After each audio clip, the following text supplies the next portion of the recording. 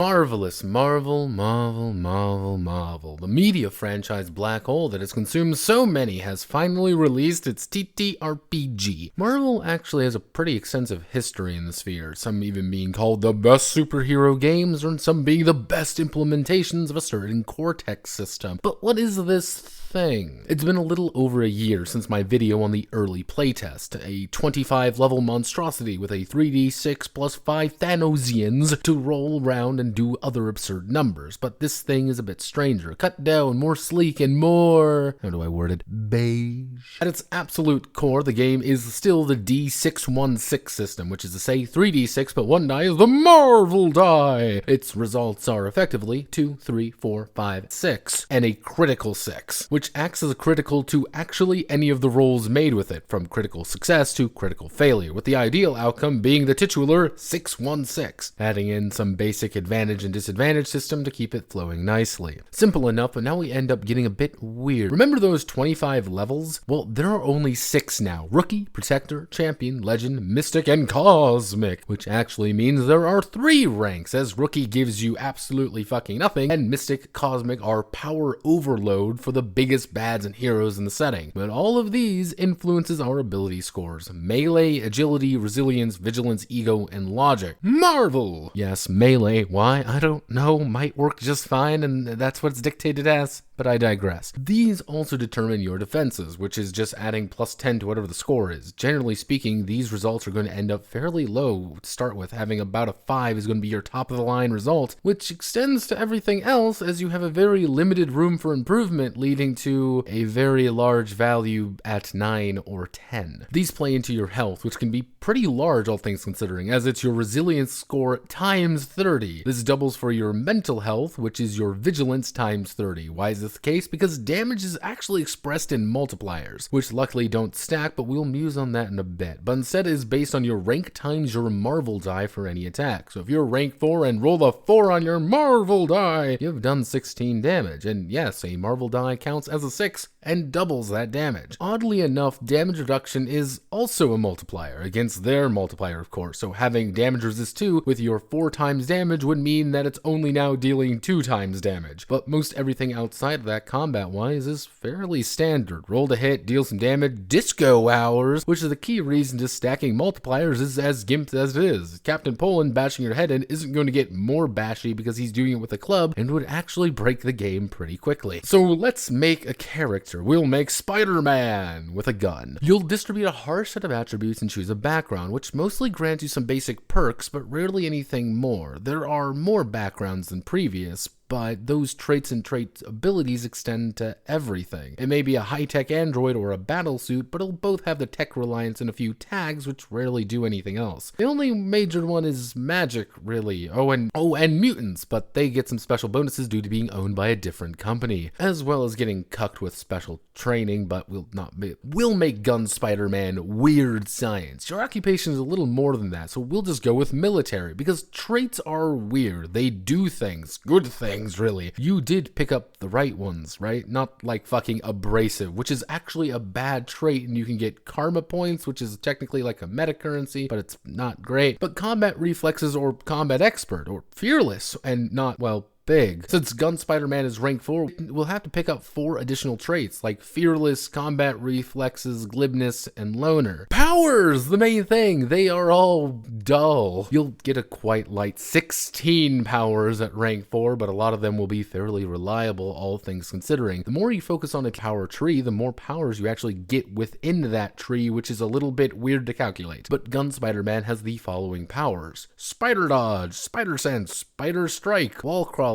every variation of webcasting. But since we are playing Gun Spider-Man, we'll also have double tap stopping power, headshot, point blank parry, and a number of other gun related powers, because we're Spider-Man with a fucking gun. But this also would make Hawkeye Spider-Man, or Boomerang Spider-Man, or Spider-Man with a bigger gun. You'll want to pick up some reliable powers, but some simply aren't useful due to the lack of stacking multipliers, but anything that increases your base multipliers are actually always good. And here's a secret: creating that character is how every single character is actually made in the game, from the lowliest aim grunt to Thanos. All use the same exact system. All 127 combine characters and villains using the same 6-step advancement system. So you can, in theory, take the lowliest grunt and make him rank 6 and have him fistfight the main villain of the setting. Do I hate this game though? No, it's perfectly serviceable actually, and if you just want to play Wolverine, Captain America, Miss Marvel, Kamala Khan, and Moon Knight to fight 5 Morbiuses, then you totally can. The main issue is that you get to pay $40 for the Roll20 Compendium and $50 pre-ordering for the next super adventure, because every nickel, dime, and blood that can be spilt from this fucking stone must. It's a monetary black hole for Disney to make money off of. Exact suspicion of just releasing expansion books, adding more powers and characters were right. For God's sakes, the first major supplement is just the Spider-Man one. I named it exactly. It's a corporate beige piece with some interesting ideas put into it, but as long as you buy, they'll be happy with you, but you may want something else. So its emphasis does pose a unique question. More on that next week though. My name is Notepad, and this was Marvel Multiverse Roleplaying. If you like what I do here, feel free to like, comment, and subscribe, and many thanks to the Department of Superhuman Affairs for continuing to bankroll my life. Godspeed, good luck, and I still like Superman more.